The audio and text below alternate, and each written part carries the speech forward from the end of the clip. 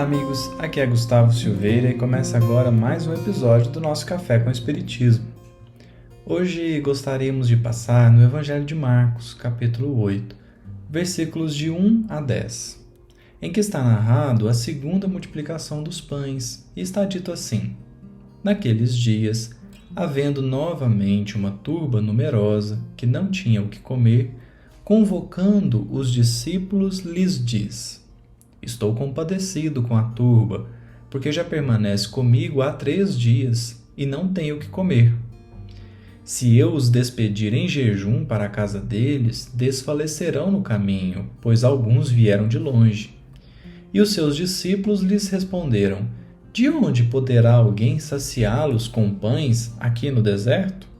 Perguntava-lhes: Quantos pães tendes? Disseram: 7.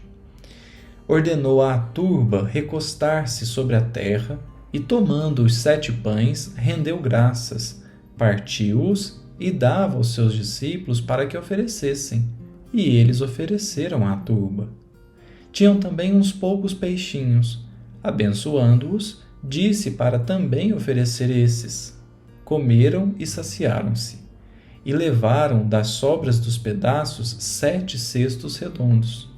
Eram cerca de 4.000, e despediu-os. Entrou imediatamente no barco e dirigiu-se para as partes de Dalmanuta. Essa passagem traz ensinamentos muito valiosos. Emmanuel, por exemplo, no livro Fonte Viva, capítulo 133, comenta sobre a necessidade de alguma migalha ofertarmos a Jesus para que ele alimente a multidão. O benfeitor chega a dizer assim: Infinita é a bondade de Deus, todavia algo deve surgir de nosso eu em nosso favor. O que igualmente nos chama a refletir que não precisamos ofertar muito, até porque não temos muito. Todavia, embora os discípulos tivessem apenas 7 pães e alguns peixes, Jesus pôde alimentar a multidão. Algo deve ser dado de nós mesmos para que os benfeitores amigos possam multiplicar e alimentar a todos. E assim, existem vários outros ensinamentos vindos dessa passagem, os quais merecem cada qual um episódio à parte. Mas o que gostaríamos de focar hoje é que essa passagem mostra uma cooperação muito bonita.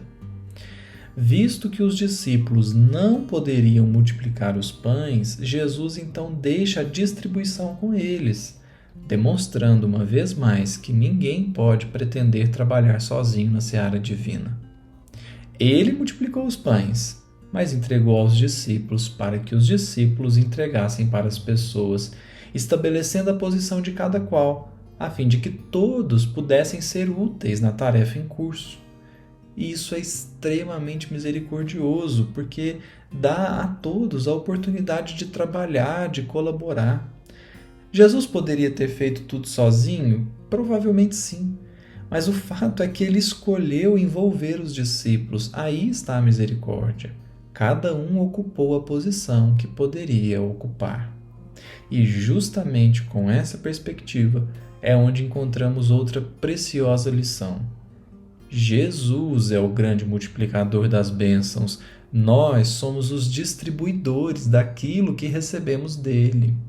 E grande será o nosso erro se quisermos ocupar o lugar que é do Cristo aqui na terra. Se nossa ação abençoa a vida de alguém, se algo que dizemos, que fazemos, ilumina a alma de alguém, alimenta seu espírito, é preciso reconhecer que, em verdade, ocupamos a posição de quem distribui uma bênção que recebeu antes de Jesus. Isso não é nos diminuir, mas sim nos dar a verdadeira noção de que lugar ocupamos na criação, porque é exatamente isso que ele faz. Ele entrega para nós, a fim de que nós distribuamos para os outros.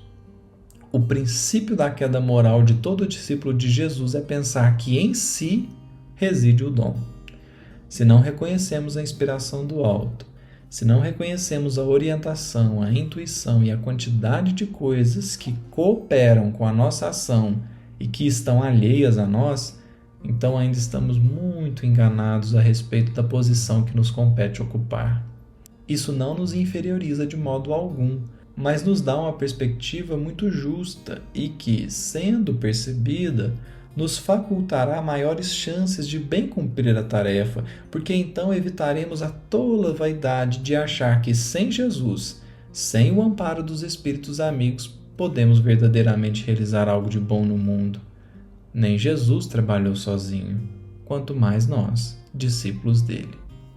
Um grande abraço a todos e até o próximo episódio do Café com o Espiritismo.